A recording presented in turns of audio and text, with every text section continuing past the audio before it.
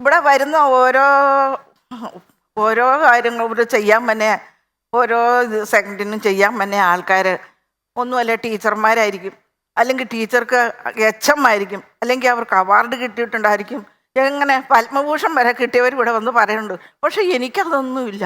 അതുകൊണ്ട് ഞാൻ പറയാ, ഞാൻ എൻ്റെ വീട്ടിലെ എച്ചമ്മ,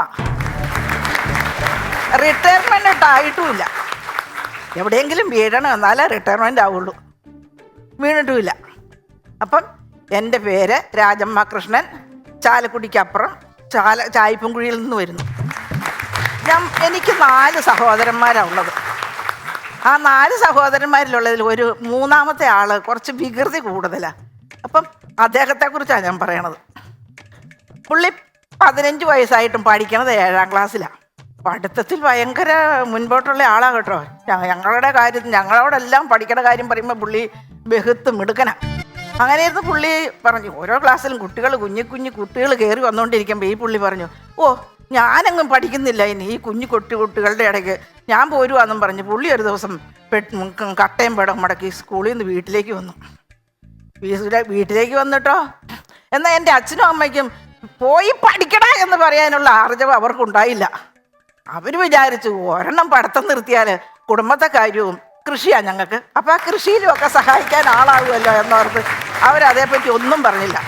പുള്ളി അങ്ങനെ കൃഷിയിലും കുടുംബത്തും ഒക്കെ ആയിട്ട് അങ്ങനെ നടന്നു കഴിഞ്ഞപ്പം പുള്ളിക്ക് തോന്നി, അല്ല എനിക്കൊരു കുറച്ച് പൈസയ്ക്ക് എന്തെങ്കിലും ചിലവ് വന്നാൽ ഒരു വരുമാനം വേണ്ടേ. അതിന് പുള്ളി ഒരു കാര്യം ചെയ്തു, കുറച്ച് കോഴികളെ, അതായത് ഒരു 4 തപ്പിപ്പെറുക്കിയിട്ടാണ് ഒരു 5 കോഴികളെ മേടിച്ചുകൊണ്ട് വന്ന് ഞാനും എൻ്റെ നേരെ മൂത്തിയാളുമാണ് എപ്പോഴും കുടുംബത്തുള്ളത്. സ്കൂളിൽ പോയി കഴിഞ്ഞാൽ വന്നു കഴിഞ്ഞാലും ഞങ്ങൾ അവരൊക്കെ കൃഷിയിടത്തിലായിരിക്കും.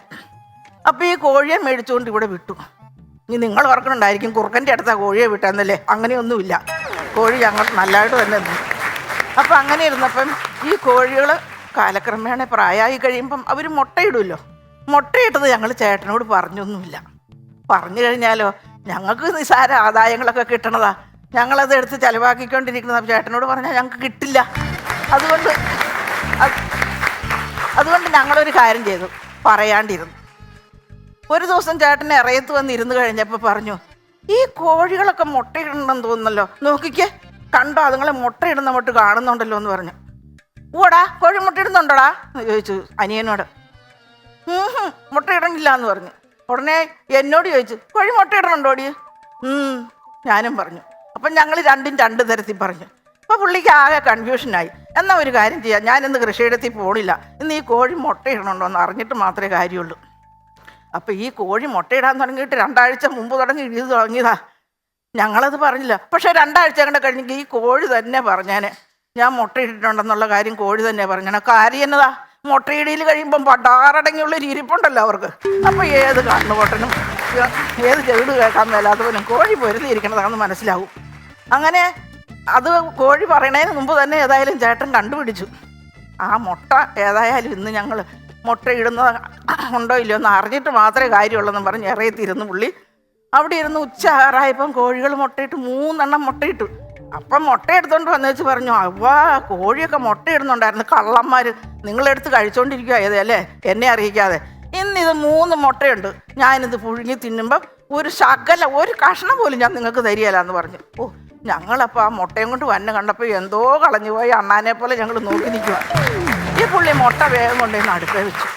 കുറച്ച് നേരം കഴിഞ്ഞപ്പം ഈ സുന്ദരികളെല്ലാം കൂടെ തട്ടിപ്പറന്ന് അവർ ചെയ്തേക്കണ വലിയ സംഭവം കാഹളം മുഴക്കി അങ്ങോട്ട് എത്തി, മുറ്റത്തേക്ക് എത്തി. അവരുടെ പബ്ലിസിറ്റി അവർ നടത്തി. അപ്പോൾ ഈ പബ്ലിസിറ്റി എൻ്റെ അച്ഛന് മനസ്സിലായി. ഉടനെ അച്ഛൻ പറഞ്ഞു, അല്ല കോഴി മുട്ടയിട്ടുണ്ടാ, അതെടുത്തോണ്ട് പോയി വിറ്റിട്ട് വേഗം എനിക്ക് മുറുക്കാനും ബീഡിയും മേടിച്ചോണ്ട് വരാൻ പറഞ്ഞു. എന്ത് ചെയ്യും? അച്ഛൻ പറഞ്ഞ ഈ സാധനം അടുപ്പയിലിരിക്കുക, കൊടുക്കാൻ പറ്റുമോ? അങ്ങനെ ആലോചിച്ചിരുന്നപ്പം ചേട്ടനോട് ഞങ്ങൾ പറഞ്ഞു, അല്ല ഇത് ഞങ്ങളിങ്ങനെ പറയാനുള്ള കാരണം എന്നാണെന്നറിയോ, ഞങ്ങൾ കാലിൽ നിന്നൊരു പെരുപ്പ് ഞങ്ങളുടെ തലമണ്ട വരെ വന്നു. അച്ഛനോട് ഇത് പറഞ്ഞാൽ ഞങ്ങൾക്ക് അടി ഉറപ്പാണ്. അച്ഛൻ ഇത് കേട്ട് കഴിഞ്ഞാൽ പിന്നെ മാരാർക്ക് ചെണ്ട കിട്ടിയ പോലെയാ, എടുത്തിട്ട് കൊട്ടു തുടങ്ങും. അതാണ് ഞങ്ങൾക്ക് ഈ കാലിൻ്റെ പെരുവിൽ നിന്ന് ഒരു പെരുപ്പ് തലവഴിക്ക് കയറിയത്. അങ്ങനെ ഞങ്ങൾ 3 പേരും കൂടി തീരുമാനം എടുത്തു, ഈ മുട്ട എന്ത് ചെയ്യണം, അല്ലെ വേറെ മുട്ട കൊടുക്കാനും ഇല്ലല്ലോ. അപ്പം ഞങ്ങൾ തീരുമാനിച്ചു, ഈ മുട്ട വേഗം തണുപ്പിച്ച് വെള്ളമൊക്കെ ഒഴിച്ച് തണുപ്പിച്ച് തുടച്ച് ഞങ്ങൾ കടയിലേക്ക് കൊണ്ടുപോയി. കടയിൽ കൊണ്ടുപോയി കൊടുക്കാൻ ചെല്ലുമ്പം കടക്കാരനൊരു കാര്യമുണ്ട്. കടക്കാരനെ എന്നും എല്ലാ മുട്ടയെടുത്ത് കുടിക്കി നോക്കും കൊണ്ടുപോയി ഓരുടെ മുട്ടയൊക്കെ. ഇത്തിരി കുലുങ്ങാൻ പറയും, ഇത് വേണ്ട ഇത് വേണ്ട, ഇത് കൊണ്ടുക്കും ഇത് ഇവിടെ ഇരുന്നാൽ എന്നാ ചിലവാകണേന്ന് അറിയത്തില്ല, അതുകൊണ്ട് അത് കേടായി പോകും. അങ്ങനെ പലർക്കും തിരിച്ചു കൊടുക്കണമെന്ന് ഞങ്ങൾ കൊണ്ടിട്ടുണ്ട്. അപ്പം ഞങ്ങൾ കൊണ്ടുവന്ന മുട്ട ഈ കടക്കാരൻ്റെ അടുത്ത് കുലുക്കി നോക്കി, ആഹാ ഒരു കുഴപ്പമില്ല, അതെടുത്ത് വെച്ചു. രണ്ടാമത്തെ മുട്ടയും കുലുക്കി നോക്കി, ആഹാ അതും ബെറ്റർ, അതും മാറ്റി വെച്ച്. മൂന്നാമത്തെ മുട്ട എടുത്ത് കുലുക്കിയിട്ട് പുള്ളി എടുത്ത് മുട്ട അങ്ങനെ ഒരു ഉണ്ട പോലെ ഒരു കൂടുണ്ട് ഇരുമ്പിൻ്റെ, ആ കൂട്ടിനകത്ത് വെച്ചു. അപ്പം ഞങ്ങൾക്ക് സന്തോഷമായി. പുള്ളി ഞങ്ങൾ മുറുക്കാനും മേടിച്ച് ബീഡിയും മേടിച്ച് മിഠായിയും മേടിച്ച് ഞങ്ങൾ ആഘോഷമായിട്ട് വീട്ടിലേക്ക് പോന്നു. ഒരു